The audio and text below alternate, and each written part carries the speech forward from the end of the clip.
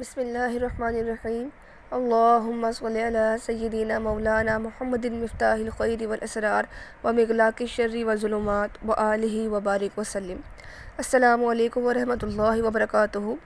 سلسلہ فہم و تفہیم میں آپ سب کو خوش آمدید۔ آج ہمارا ٹاپک ہے کالا جادو یعنی بلیک میجک۔ حضور نبی کریم صلی اللہ تعالیٰ علیہ وآلہ وسلم پر کالا جادو کر دیا گیا تھا، لیکن اس کا اثر آپ پہ صرف اتنا ہوا تھا کہ آپ نے اپنے جسم اطہر میں تھوڑی سی نکاہت اور سستی محسوس کی۔ پھر اللہ عز و جل نے بطور وحی آپ کو سورہ فلق و سورہ ناس عطا کر دی کہ جس کے پڑھنے سے، اور 11 آیات ہے سورہ فلق سورہ ناس سے، اور جس پتلے پہ گراہیں باندھ کے آپ پہ کالا جادو کیا گیا تھا اس میں بھی 11 گراہیں لگی ہوئی تھی، تو آپ ایک آیت پڑھتے اور ایک گراہ کھول دیتے۔ پورا شان نزول و بیک گراؤنڈ آپ خود پڑھ سکتے ہیں۔ 11 آیات پڑھ کے دم کیے اور 11 گراہیں کھولتے گئے اور آپ بالکل ماشاءاللہ پہلے کی طرح ہو گئے۔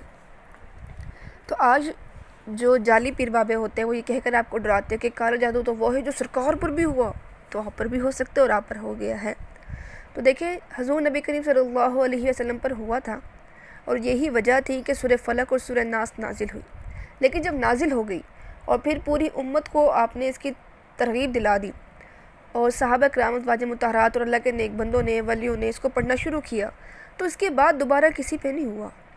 آپ دیکھیں ہسٹری اٹھا کے ازواج مطہرات کی، صحابہ کرام کی، ان میں سے کسی پہ نہیں ہوا، کیونکہ وہ ان چیزوں کی احتیاط کرتے تھے۔ حضور نبی کریم صلی اللہ علیہ وسلم نے ہمیشہ اپنے آخری ظاہری زندگی کے آخری دن تک رات کو سونے سے پہلے 3 کل پڑھ کے ہتھیلی پہ پھونک مار کے پورے جسم پر پھیرنے کی عادت بنا لی تھی۔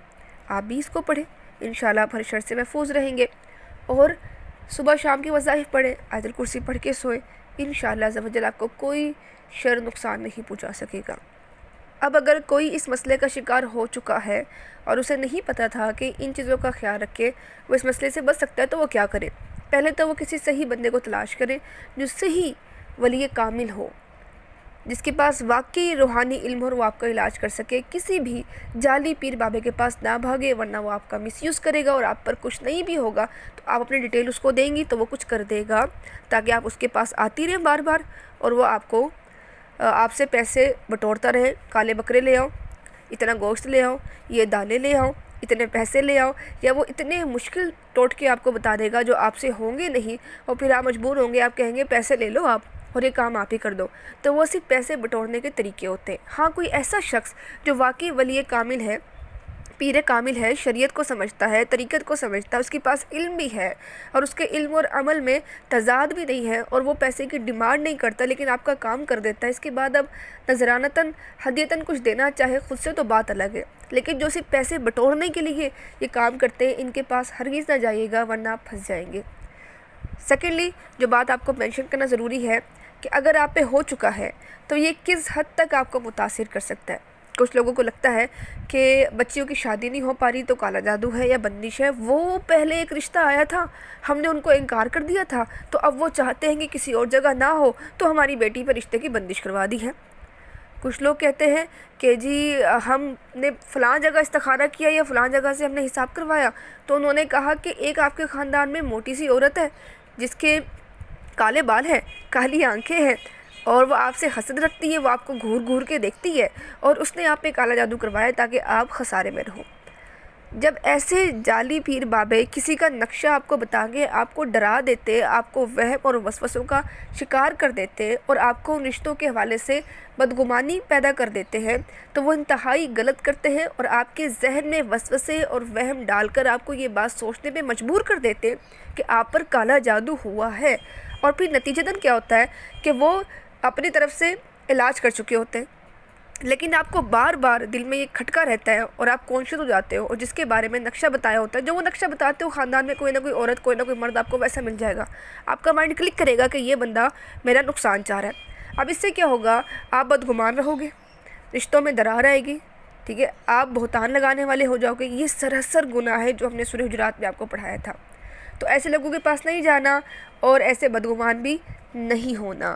صرف اپنا خود خیال رکھیں، پاکی ناپاکی کا خیال رکھیں، نمازوں کا خیال رکھیں، ڈیلی قرآن پاک پڑھیں، اور اگر سیریسلی کچھ ہو گیا ہے تو سورہ بقرہ کا ختم کریں کہ ایک سورہ بقرہ ایک لڑکی پڑھے یا بچہ پڑھے اور وہ 13 دن تک ریگولر پڑھتا رہے، یا پھر 13 بچے یا 13 خواتین جمع کرے اور 13 بار سورہ بقرہ پڑھ لے اور پھر پانی پہ دم کرے، وہ پانی اپنے گھر میں چھڑکے اور وہ پانی خود بھی پیے جتنا بھی پاسبل ہے۔ انشاءاللہ جتنے بھی بندش ہے، یہ کالا جادو ہے جو سحر ہے، اس کا اثر خود بخود ختم ہو جائے گا۔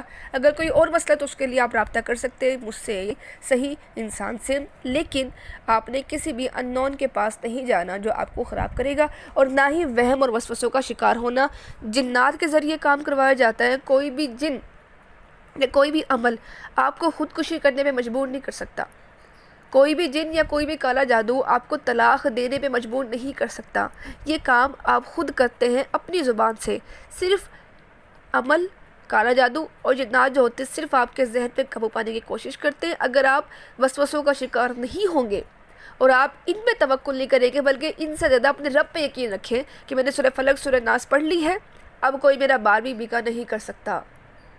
جب اللہ کے رسول کا وعدہ ہے، اللہ کا وعدہ ہے کہ یہ وظائف پڑھنے والا ہر شر سے محفوظ رہتا ہے، تو میں نے پڑھ لیا، بس میں اللہ کی امان میں آ گئی۔